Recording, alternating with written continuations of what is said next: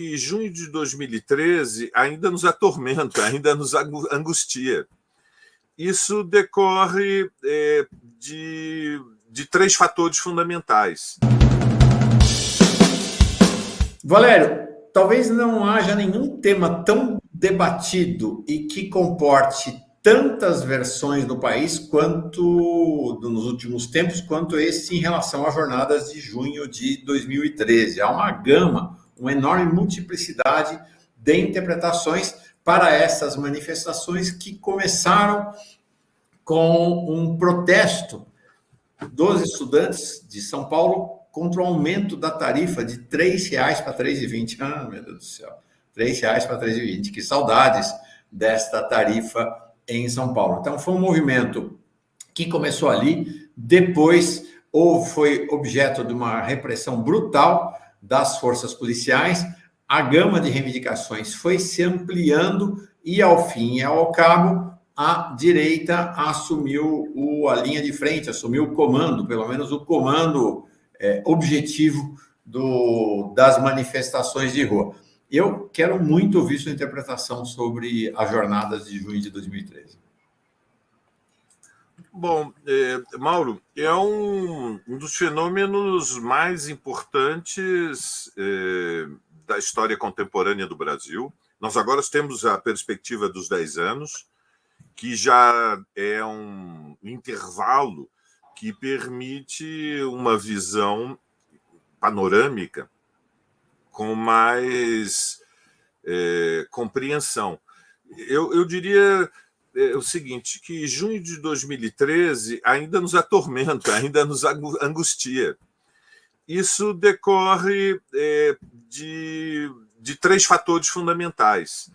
O primeiro, a esquerda manteve, Mauro, a hegemonia nas ruas durante 3 décadas e meia, desde o final dos anos 70, mas perdeu esta supremacia nas jornadas de junho de 2013. Isso produz um choque. Eu não creio que esse fator autoriza a conclusão de que as forças de direita, liberais ou extremistas, lideraram junho. Junho esteve sempre em disputa. E, a rigor, ninguém dirigiu junho. Junho foi uma explosão de protesto popular acéfalo. Acefalia significa que, se nós considerarmos os 4 fatores chaves, que são a métrica, que são uma régua, para tentar compreender movimentos desta natureza, nós vamos concluir que junho estava em disputa, que junho era um processo em aberto. Quais são esses 4 fatores? Na tradição da historiografia de inspiração marxista, esses 4 fatores são, em primeiro lugar,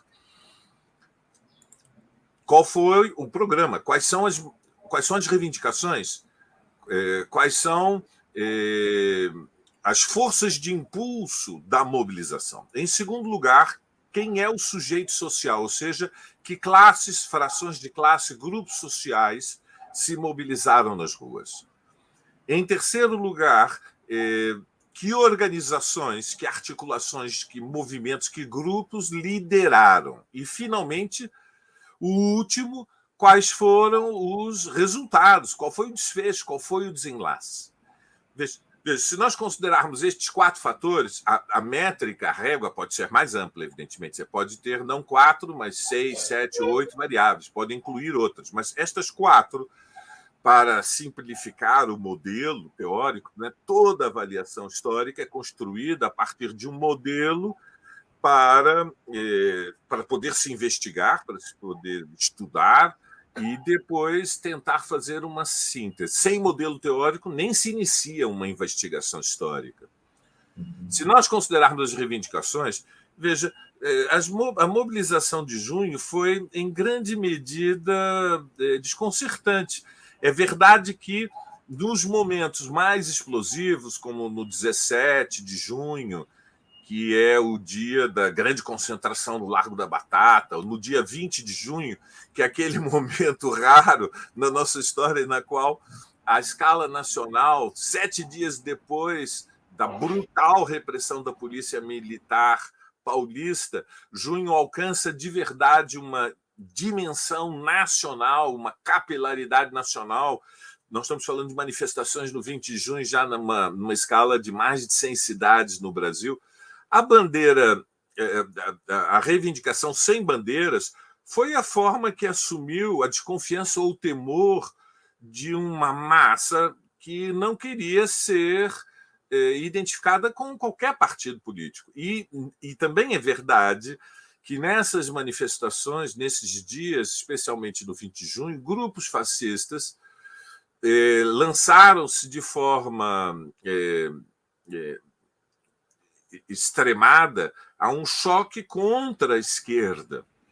Né? E nós ouvimos nas ruas, pela primeira vez, os gritos fascistoides, mas a extrema-direita, a rigor, mesmo nesse momento dramático em que houve choques e combate de rua, a extrema-direita era uma pequena minoria que atacava as bandeiras vermelhas e estava inserida numa maré muito, muito maior, de uma dimensão, de uma escala completamente, desproporcionalmente mais elevada. Quando nós vemos, então, as bandeiras, existe a luta contra o aumento das passagens, mas existiam outras bandeiras. Vejam, as pessoas gritavam sem bandeiras, mas elas levavam cada um seu cartaz. Elas não queriam se identificar com as correntes tradicionais da esquerda. Cada um levava o seu cartaz.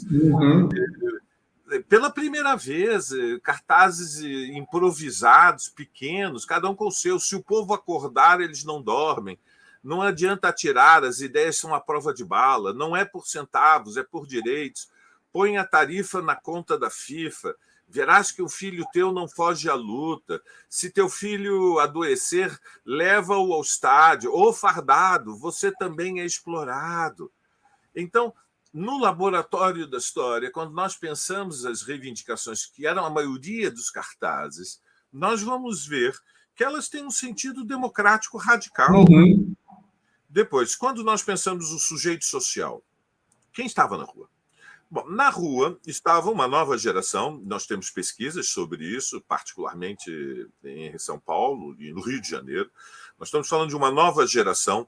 Não foi uma manifestação da mesma natureza do Fora Collor. Do Fora Collor, nós estávamos falando de estudantes, muitos jovens, ainda secundaristas e universitários, mas uma maioria das primeiras grandes manifestações do Fora Collor, que foi o gatilho, foi a centelha, a faísca, para o início do processo no 11 de agosto de 1992, a composição era muito, muito, muito jovem. Em junho... E jovem das periferias, né? Não apenas da classe média, né? E não apenas da classe média. Em junho, nós estamos falando de uma juventude das camadas médias. Muito bem, Mauro, essa é a diferença. Nós estamos falando de uma juventude que, na sua maioria, estava ali entre os 20 e os 27, 28 anos, portanto, adultos jovens, com uma escolaridade média mais elevada do que a escolaridade média do país, portanto, jovens de uma extração social um pouco mais elevada, uma maioria assalariada, ou seja, a maioria já trabalhava. Isto não é secundário quando nós consideramos, digamos, o que é a realidade brasileira, de resto latino-americana. Nós temos no Brasil um número espantoso.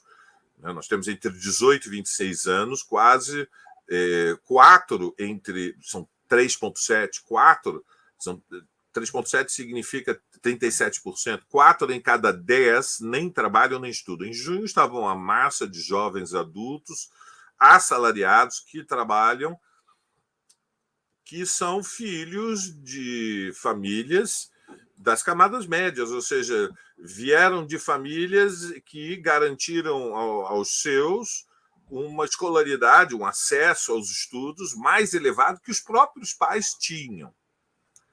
Quem dirigia? Bom, no início, o Passe Livre, que era um grupo de jovens que há muitos anos se articulavam, surgiu um movimento pelo passe livre, pela gratuidade dos transportes, teve as mobilizações de Salvador, a luta em Florianópolis, que foi um pouco o epicentro do início do processo, e o movimento Passe Livre era um movimento de jovens que fazia, até o dia 6, várias mobilizações, já tinham feito 3, né, antes do dia 6 de junho, contra o aumento de passagens. Mas o Passe Livre ele perdeu a direção do processo em São Paulo, é um movimento essencialmente paulista, e, portanto, o que define junho é que não existe direção, não há um programa. Se nós comparamos com o Fora Collor, havia uma direção clara, havia a UNE. E depois que transcresceu o processo, associou-se à UNE toda a oposição política e sindical. No último comício do Fora Collor, no Anhangabaú, quando o Chico Buarque cantou A Gota d'Água, no palanque estava o Lula, mas também estava o Quércia. Quando nós pensamos as diretas, é um movimento que se inicia por iniciativa da esquerda e do PT, na Praça Charles Miller, em frente ao estádio do Pacaembu, em novembro de 83, mas a partir da virada do ano de 84, a convocação do primeiro ato na Praça da Sé pelas diretas já é feita pelo governo do Estado de São Paulo, na época Franco Montoro, iniciativa fundamentalmente do Ulisses Guimarães, que cumpriu o papel-chave. Montoro hesitava, né? Nós temos hoje bastante investigação histórica. Junho não tinha uma direção clara. E, por último, não menos importante, qual foi o desfecho? Bom, junho ele começa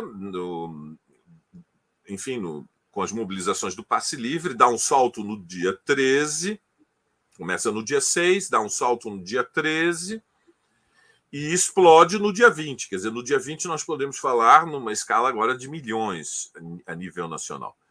O desenlace, bom, ganharam de forma fulminante o congelamento transitório do aumento das passagens, né? No dia 19 já foi anunciado pelo Alckmin em São Paulo e no Rio de Janeiro a suspensão do aumento das passagens, mas junho foi um terremoto. Então, no dia 21, Dilma Rousseff faz um pronunciamento à nação em que anuncia a necessidade de um pacto nacional de todas as instâncias de governo para um programa para um fundo nacional em relação aos transportes públicos, para a contenção do aumento dos transportes públicos, e apresenta a bandeira da Assembleia Constituinte, a proposta de uma nova Constituição, a convocação de uma Assembleia Constituinte para fazer uma reforma política.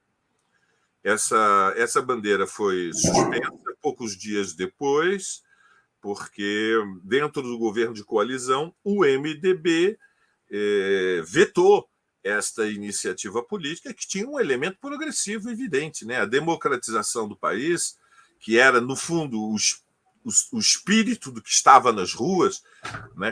Queremos um regime democrático em que a participação popular seja mais efetiva e queremos que o povo possa decidir quais são as prioridades. Então, aquela geração estava nas ruas contra o deslocamento gigantesco das verbas públicas para a reforma de estádios, pela defesa da prioridade para a escola pública, para a educação pública. As mobilizações de junho foram, historicamente, no fundo, derrotadas. O desenlace de junho foi uma explosão derrotada. Foi diferente do Fora Collor, nessa dimensão, e, em grande medida, muito diferente também das diretas. Né? Embora em 84 não se tenha conquistado eleições diretas, de fato, foi a mobilização que começou em frente ao Pacaembu, que abriu o caminho para derrubar a ditadura. Nós fizemos uma transição pelo alto, a ditadura não caiu, mas acabou. Junho não, junho é derrotado, não é parcialmente derrotado.